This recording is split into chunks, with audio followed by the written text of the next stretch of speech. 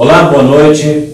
Mais uma vez estamos aqui na TV Cidadania para a apresentação do programa ADESG na TV, com o nosso delegado regional da ADESG, Eduardo Luiz da Mata Gonçalves, e recebendo hoje a visita do Coronel Heleno Moreira, que é professor da Escola Superior de Guerra. Primeiro, os cumprimentos do Eduardo aos telespectadores. Boa noite, obrigado pela invitação.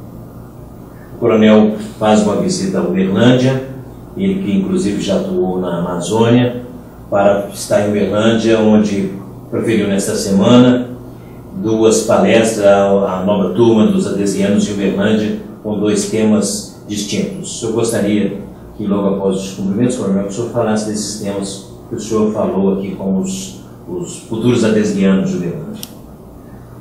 Boa noite a todos os telespectadores da TV Cidadania. Boa noite, doutor Eduardo. Boa noite. A nossa missão aqui em Uberlândia é contribuir com o curso de estudos de política e estratégia, e viemos conversar sobre os temas inteligência estratégica e logística e mobilização nacionais. É um pacote do curso que é ministrado pela Escola Superior de Guerra ou pelos integrantes da ADESG nacional. Inicialmente, nós gostaríamos que o senhor contasse para nós da experiência na Amazônia. O que representa a Amazônia hoje para a segurança nacional? A Amazônia é uma das regiões mais ricas, ou se não for a mais rica do mundo, pela sua fauna, sua flora, sua biodiversidade, o maior banco genético do planeta, muita água doce, a bacia amazônica, incomensurável, os aquíferos, tem um aquífero alter do chão na Amazônia, muito metal nobre. Então é uma região muito rica para o Brasil, uma região estratégica para o Brasil. O Brasil tem cerca de 16 mil quilômetros de fronteira seca, cerca de 8 mil quilômetros de litoral. E a Amazônia é uma grande parte do território brasileiro. Por isso, a preocupação em segurança e defesa nessa região estratégica que é a Amazônia brasileira. O senhor tem noção de quantos homens hoje fazem essa segurança? O Exército ele vem progressivamente aumentando seus efetivos na Amazônia. Em 1990, mais ou menos, tinha em torno de 1.000, 2.000 militares. Hoje está em torno de 25 mil militares. Mas não é só a presença física, então precisa de muita tecnologia também, porque a área é muito grande e inóspita, são vários rios, tem a parte da floresta, então, e está sendo desenvolvido vários programas, processos, sistemas com a parte forte de ciência e tecnologia. O Exército está desenvolvendo o SISFRON, Sistema de Monitoramento de Fronteiras, cujo foco é na Amazônia. Ele vai se integrar com o Sistema de Proteção da Amazônia. Tem o Sistema de Defesa Aeroespacial Brasileira. Então, todos eles com altos investimentos em ciência e tecnologia para proporcionar essa segurança e defesa necessárias ao país. Correto. Eduardo, Coronel Heleno Moreira. A Amazônia hoje está minada, vamos dizer assim, pela presença das ONGs.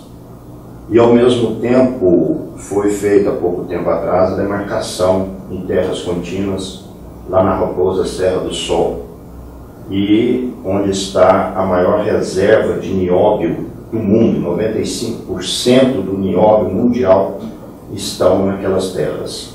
Isso é preocupante para a nossa soberania nacional. O senhor teria maiores explicações a respeito disso para nós? É preocupante, mas, entretanto, os militares eles fazem parte da sociedade. Então, os militares têm a sua missão constitucional, o artigo 142 da Constituição, cuja principal tarefa é a defesa externa do país. Mas os militares são um segmento da sociedade brasileira. Então, quando se fala em poder nacional, divide-se o poder nacional em 5 expressões. a expressão política, a econômica, a psicossocial, a militar e a científico-tecnológica. A militar é uma expressão que faz parte de todo esse poder nacional. E uma vez que o Supremo Tribunal Federal já tomou essa decisão, então não cabe mais reclamar, vamos dizer assim, né? Foi uma decisão soberana desse poder independente e cabe a nós cumprir o que está escrito, apesar de termos outras ideias, outros pensamentos. Mas a decisão foi tomada na Justiça, o assunto está encerrado. Nesse segmento da segurança, somente de nossas fronteiras, com essa recém-mudança de ministro, saiu o ministro Nelson Jobim para a entrada do ministro Celso Amorim, isso chega a prejudicar o setor ou não, coronel? Olha, o ministro, né, é cargo de confiança do presidente da República, né? Tanto é que é um poder discricionário do presidente nomear seus ministros. E é uma coisa normal em política, né?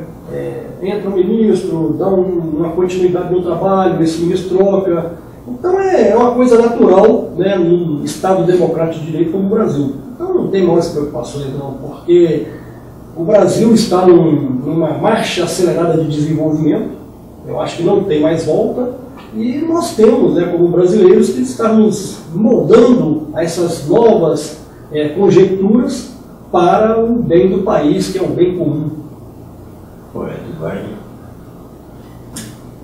Vamos torcer para que esse nosso Brasil mantenha a sua soberania, né, principalmente na Amazônia, porque, inclusive, eu tive a oportunidade de visitar a Amazônia 2 anos atrás, estive em São Gabriel da Cachoeira, estive lá na Cabeça do Cachorro, no Batalhão de Fronteira São Joaquim, né?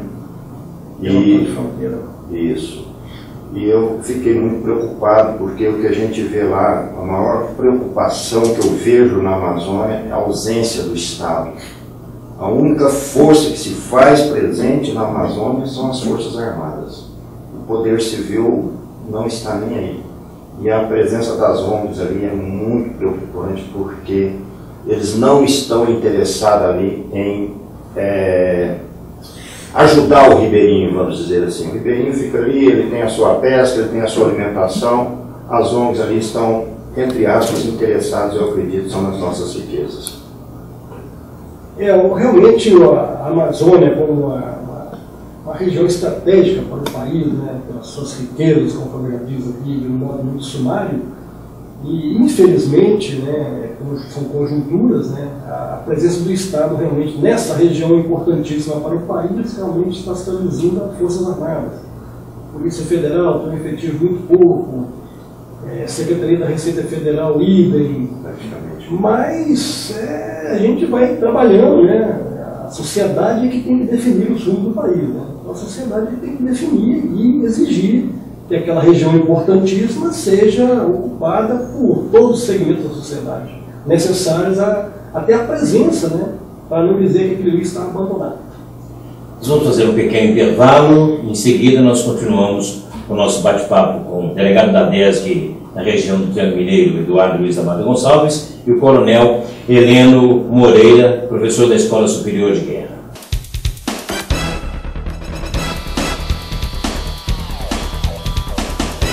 Se você quer qualidade, seriedade e competência na hora de comprar seus óculos, está na hora de conhecer a Troncone Ótica. Armações nacionais e importadas. Levíssimo, Kipling, Pierre Cardin, Lemud, Garfield, Disney, Sítio do Pica-Pau Amarelo, Seninha em Turma da Mônica, Solaris, Adriane Galisteu, Ana Hickman, Hugo Carraro, Via Lohan, Ray-Ban, Union Pacific, Keeper e Speedo, entre outros. Ótica Troncone 20 anos. Olegário Maciel 326, esquina com Cipriano. 34 3236 5418.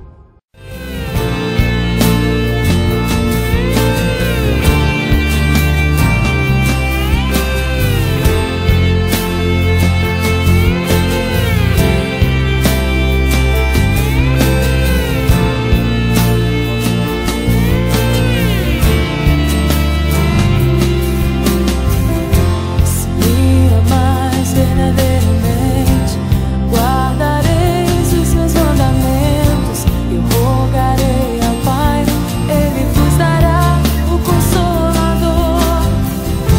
Você vai conhecer agora um empreendimento diferente, o Condomínio Porto dos Sonhos. Com o domínio do Senhor, é o resultado de grupo de empreendedores que acreditam que o lazer, o turismo e a natureza possam conviver harmonicamente em um ambiente disciplinado pelos princípios e pela ética cristã. Sua localização privilegiada em uma península que mais se aproxima de ilha faz com que seus principais acessos sejam feitos por água ou por pequenas distâncias das principais cidades da região do Triângulo Mineiro e sul de Goiás. São 30 chácaras, ou como costumamos chamar, 30 privilegiados, com áreas em torno de 5.000 metros quadrados, respeitando o limite mínimo de 40 metros de frente para o Grande Lago. Um ponto alto do empreendimento é contar com uma estrutura de apoio com 6 suítes, uma cabana, sala de jogos, cozinha, destinada à utilização dos condôminos durante o período de construção de seus lotes. Informações www.portodosonhos.net.br ou pelo fone 34 3086 0000.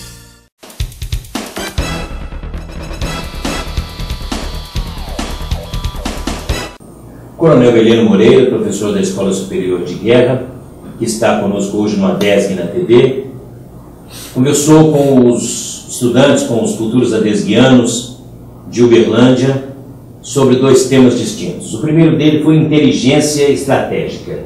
O que os alunos ficaram conhecendo sobre isso, Coronel?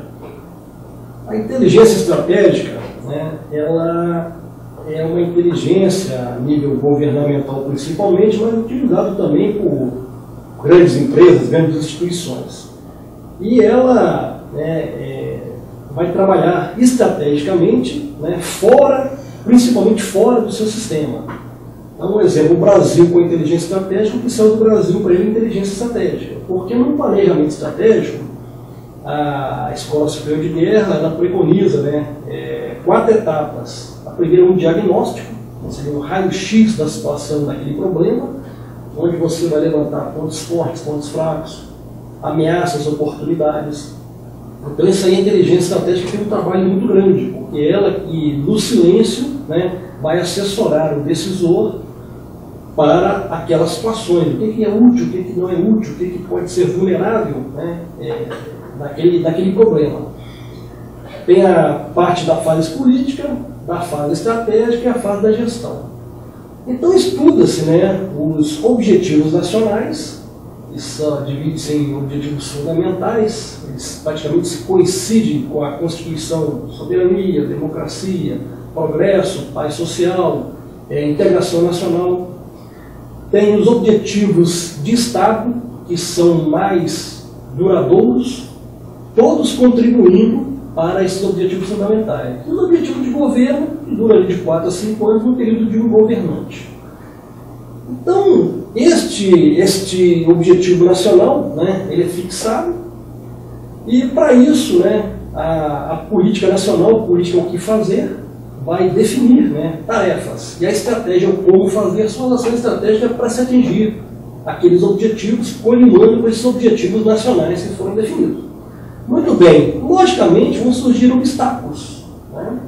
Esses obstáculos podem ser fatores adversos, antagonismos, que dificultam ou mesmo impedem a conquista desse objetivo. Então a importância da inteligência estratégica é justamente ser proativa, se antecipar às ameaças e sempre estar assessorando o decisor para aqueles fatos que provavelmente têm grandes probabilidades de ocorrer. E sempre trabalhando no antagonismo, né? São as coisas ruins, porque as coisas boas elas fluem naturalmente. E as coisas ruins é que nos trazem problemas. Um exemplo que o Brasil está vivendo hoje é a questão da usina hidrelétrica de Belo Monte a ser construída. E muita pressão, principalmente de missões religiosas, problemas de meio ambiente, organizações não governamentais. Mas, aí sim, tem que se passar por esse obstáculo, né, ou desviar desses obstáculos para cumprir esse objetivo, porque o Brasil precisa de energia, precisa de muita energia, que é um país em desenvolvimento, queremos chegar ao patamar de primeiro mundo. Em síntese, então, essa é a principal ideia da inteligência estratégica. Coronel, e como é que foi a receptividade dos futuros adesguianos com este tema? É um tema instigante, né? E a parte de inteligência, né, ela tem dois segmentos, a própria inteligência e a contra-inteligência. A inteligência é quem você vai produzir o conhecimento. E a contra-inteligência você vai proteger aquele conhecimento produzido, em todos os níveis. Então, normalmente, no nosso dia a dia, né, o homem em busca de saber, ele já está fazendo inteligência. E aí projeta-se para os níveis governamentais, institucionais, da mesma forma quanto a inteligência. Então, um exemplo, né, o Brasil tem aí, né, vai construir então, em parceria com a França, um submarino de propulsão nuclear. Ele domina essa tecnologia do ciclo do urânio, a ultracentrifugação. Ou seja, tem esse conhecimento, mas tem que proteger esse conhecimento, que seria a contra-inteligência. E nós fazemos naturalmente também, no nosso dia a dia, a nossa contra-inteligência, quando se troca-se a senha numa máquina de banco, quando se coloca um antivírus no computador, né, quando você troca a sua senha no computador. Então são coisas simples que você vai dimensionando para os grandes problemas, né, institucionais, governamentais. Ou seja, uma coisa que todo mundo sabe naturalmente, mas quando a gente procura instigar, né, aquele estagiário, ele começa a refletir e as perguntas começam a surgir. Então é uma coisa bastante interessante, né? E várias perguntas foram feitas em vários aspectos, relacionando a inteligência com comunicação social, conjuntura atual do Brasil. Então foi uma boa experiência. Pois não, Eduardo? Coronel, o pensamento estratégico da Escola Superior de Guerra estava fundamentado até alguns anos atrás em 4 expressões: a política, econômica, psicossocial e militar. Depois foi acrescentada a ciência e tecnologia. E agora parece que nós vamos já para 6 expressões, porque será incluída a expressão ambiental. Isso já está sendo estudado lá na ESG. O que o senhor tem a dizer? Realmente as coisas vão evoluindo, né? Conforme o senhor disse, eram 4, surgiu a científico-tecnológica, porque hoje tudo é ciência e tecnologia. E essa questão ambiental também está sendo estudada, porque hoje você não faz praticamente nada sem pensar no meio ambiente, sem pensar naquele desenvolvimento sustentável. Ou seja, tem que proteger o ambiente, tem que renovar esse meio ambiente, né, para a própria segurança da população. Temos vários casos aí no mundo, né, ocorrendo, com trocas de estações do ano, tsunamis, queda de barreiras. E dizem que tudo isso aí, né, um dos fatores principais é o não respeito a essas questões ambientais. Então realmente está sendo estudado e pode ser que amanhã tenhamos aí essa 6ª expressão do poder nacional. Nós vamos para um novo intervalo no ADESG na TV e em seguida, no nosso último bloco, vamos falar sobre mobilização e logística.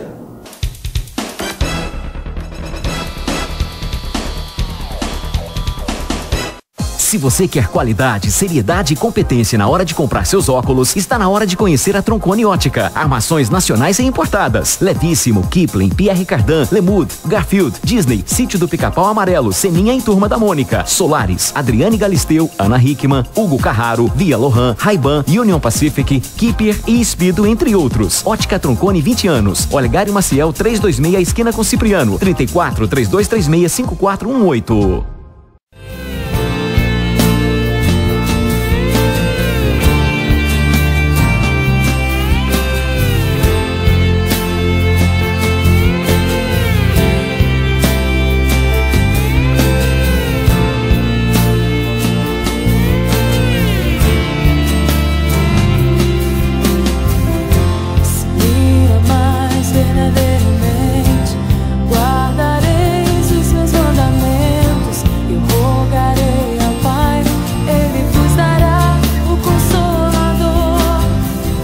Você vai conhecer agora um empreendimento diferente, o Condomínio Porto dos Sonhos. Com o domínio do Senhor, é o resultado de grupo de empreendedores que acreditam que o lazer, o turismo e a natureza possam conviver harmonicamente em um ambiente disciplinado pelos princípios e pela ética cristã. Sua localização privilegiada em uma península que mais se aproxima de ilha faz com que seus principais acessos sejam feitos por água ou por pequenas distâncias das principais cidades da região do Triângulo Mineiro e sul de Goiás. São 30 chácaras, ou como costumamos chamar, 30 privilegiados, com áreas em torno de 5.000 metros quadrados, respeitando o limite mínimo de 40 metros de frente para o Grande Lago. Um ponto alto do empreendimento é contar com uma estrutura de apoio com 6 suítes, uma cabana, sala de jogos, cozinha, destinada à utilização dos condôminos durante o período de construção de seus lotes. Informações www.portodosonhos.net.br ou pelo fone 34 3086 0000.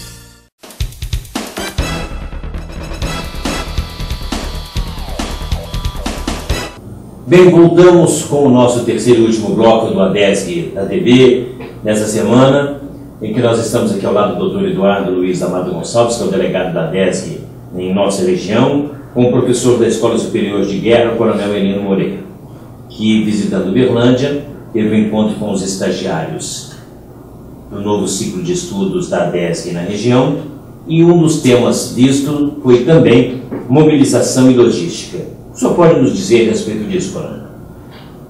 São 2 temas atuais, né?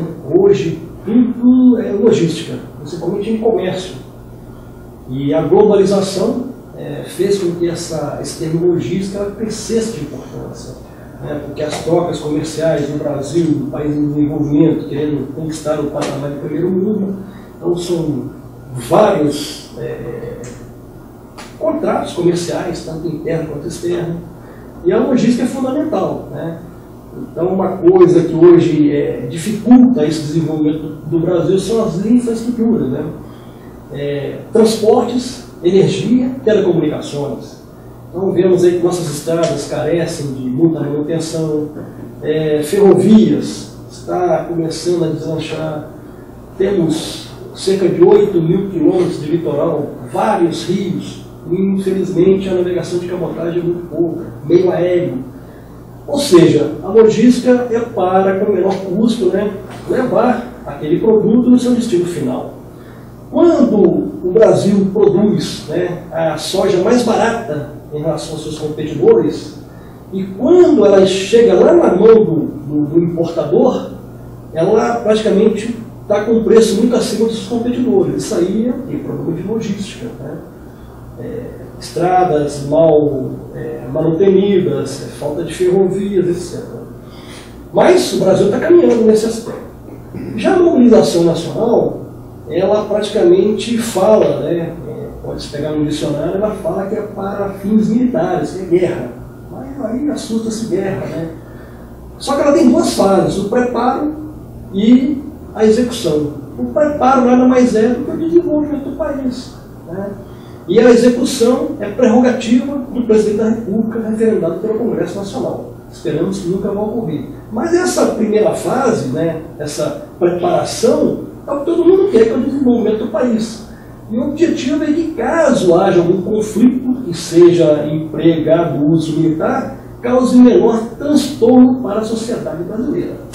Mas isso é um assunto também que nós estamos tentando quebrar um paradigma, porque todo mundo acredita, ou a grande maioria das pessoas, que guerra é problema das Forças Armadas. E não é.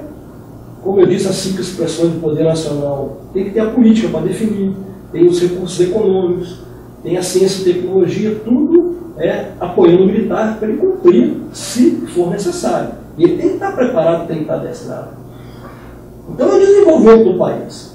E uma coisa interessante é que dos últimos tempos para cá surgiu então um amparo legal para essa mobilização. Porque quando nós estudávamos, né, operações militares, que se falava em mobilização, não tinha nenhum instrumento legal, nenhum instrumento jurídico que amparava. Hoje já tem. Nós temos a Política de Defesa Nacional, a Estratégia Nacional de Defesa, temos a Lei de Mobilização Nacional, com o Sistema Nacional de Mobilização, que envolve cerca de 10 ministérios, ou seja, ali todas as expressões estão representadas.